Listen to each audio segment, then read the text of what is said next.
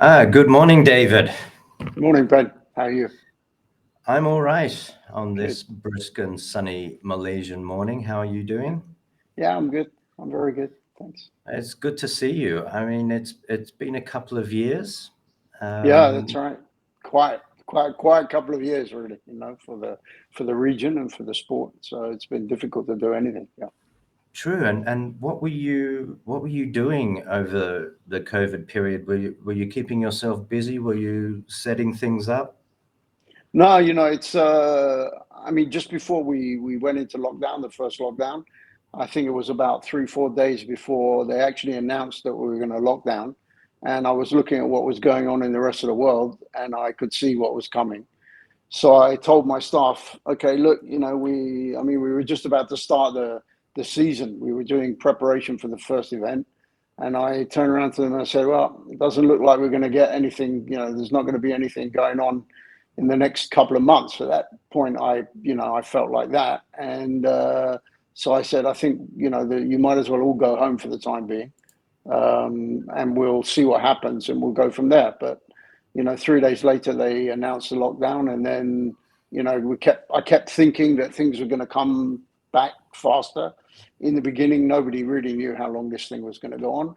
So I kept making provisional plans, and then I think we announced a couple of times that we were going to start in July, we were going to start in September, things like this. And every time we announced something, it turned out to be impossible. So there came a point where I thought, okay, this is going to really start affecting our credibility if we keep announcing and canceling stuff. So I just stopped. And I also realized at that point that really there was no point to even think about doing anything in the near term because we're just not going to make it. Because, we, especially my company, which we rely on international travel around the region, and so when you block the borders, we're out of business effectively. So, I started to look at what we could do locally in Malaysia, obviously as a fallback. I had a look at the revitalizing the Merdeka race, all sorts of things. But when I went and spoke to the people, the relevant people like the competitors and stuff like this, potential, I saw very quickly that there wasn't really the appetite for it to make it successful. So I just decided at that point, okay, I'm just going to have to sit and wait it out and look to other things because the rest of the rest of the world, luckily for them, hadn't stopped really in a way. Like Europe carried on, everywhere else really carried on at some level. So I've had an involvement, as you know, I'm involved in TCR globally through WSC. So I oversee the UK Championship. I've been doing that for quite a while. So basically, they launched it and it didn't go well in the beginning. So they asked me to get involved after the first year to see what I could do. So I kind of turned it around.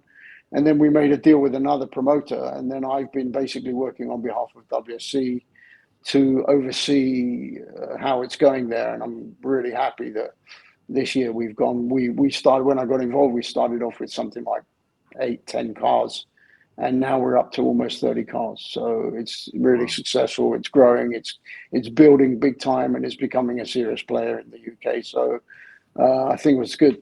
And so I've been going over. I didn't go over in the beginning because obviously I couldn't. But the promoter and I speak daily.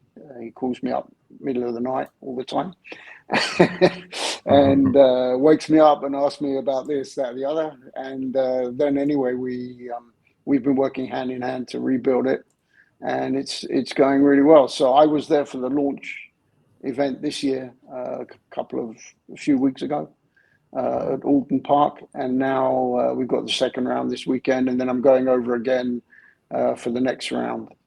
So I'll visit probably 3 times. So I've been doing that. Apart from that, we're working on in the background, as you know, we developed ETCR, the electric touring car, which is really exciting. And I managed to get out actually. It was really hard for as a foreigner in Malaysia to leave the country was fine. To get back in was the problem. So we had the launch Don't of get me started. ETCR yeah, exactly, So we had the launch of ETCR, first ever round in Vallelunga in just outside Rome, last year. And Marcello Lotti, who is my partner in this in WSC and everything, he called me up and said, "Look, you got to be here. It's the launch." And I said, "I can't come. If I come, I can't come back." So I said, "Look, I'll apply and see whether I can get permission, but it's almost certain that I won't." But luckily, I did. And then after that, I found out that I couldn't really get into Italy. So he had told me I had special permission, but in the typical Italian style, when it came down to it, it was kind of like, oh, yeah, we have, but not really. And but anyway, I managed to find out that you could get there. Yeah, it was like, Actually, he told me, don't worry, nobody's looking. If you get locked up, I'll bring you oranges. I'll bring you oranges in jail. So so that was quite fun. But no, I managed to find out that if you went on Emirates, they had this thing where, you got as long as you were tested, you could arrive and not quarantine. So anyway, last minute, I managed to get there, which I'm really happy about. Enough for me. To be honest with you, I'm not really crazy about the new Formula One cars either.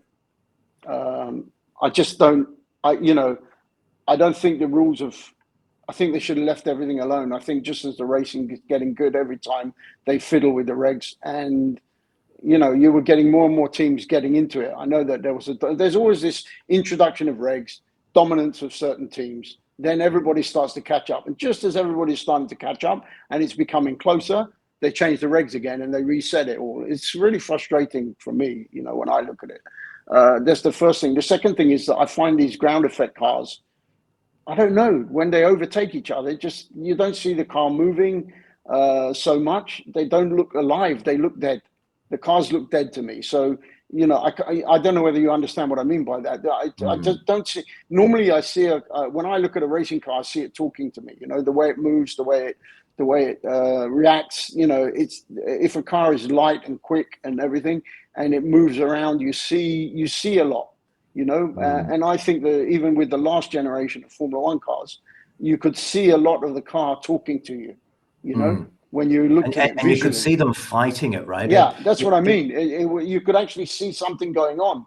Now, although there's been some very close racing, some good passing and repassing, especially between Leclerc and Max, and all these kind of things. Even though that's been going on, while I was watching it, I just kind of felt like it was all too easy. It was all just too, easy. Yeah. it just looked like, and maybe it's not in the car, but visually from outside of the car, you don't see anything going on. It just looks like, okay, this is straightforward. I pass you because of DRS. You pass me back because of DRS. I pass you back. I pass you back.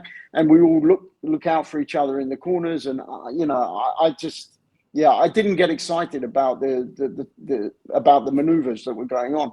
So and I don't know, So it's taking just a second to pass. And as you're speaking, I'm remembering the classic clip of I think it was 92, the Nigel Mansell, Ayrton Senna side by side going down. I think it was Hungary.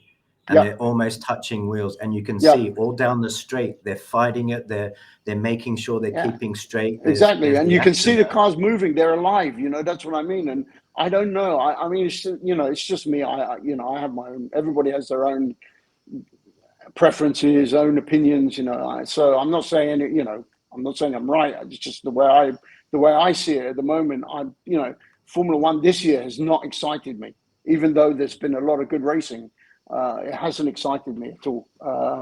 So I'm, which is a bit of a shame. And, I think that the fact that of course, I don't think that they should legislate now. They're talking about legislating, of course, the teams that are behind and are pushing for the porpoising thing to be got rid of. Of course, that shouldn't happen, because if you've engineered an advantage, you need to be able to gain that advantage, but the fact that they have that issue, which was a well-known issue, previously, and they wrote a set of regulations which has that, which is ridiculous. It's really ridiculous. and they didn't allow for that, and you have that going on. I mean, you know, it is going to have long-term effects for the drivers. I wouldn't want to be a Formula One driver now, putting my body through what they're going through right now, because I'm sure that when they're older, these guys, they're all going to suffer very much from back problems and neck problems and everything when they're older, from what they're going through, what they're putting their bodies through at the moment.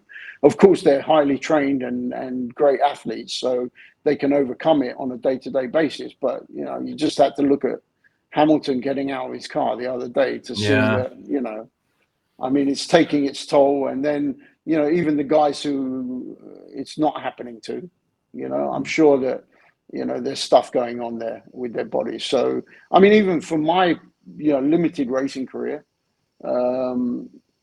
I have compression of the spine, you know, a little bit from the seat belts and all that stuff. So it is something. I mean, it doesn't affect me, but when I have my, you know, when I had an examination, they say, "Oh, your spine's compressed, you know, in this area." So, so that comes from, you know, hitting curbs and being, actually, it's when they pull the seat belts down on you, you know, so it compresses you down. So there's effects, you know, and I'm sure that probably if you've got great trainers and everything like they do in Formula One, they can overcome a lot of that. You know, they probably stretch you out and they probably do a lot of stuff. So physiotherapy, but, you know, at the lower levels, you don't have that kind of stuff.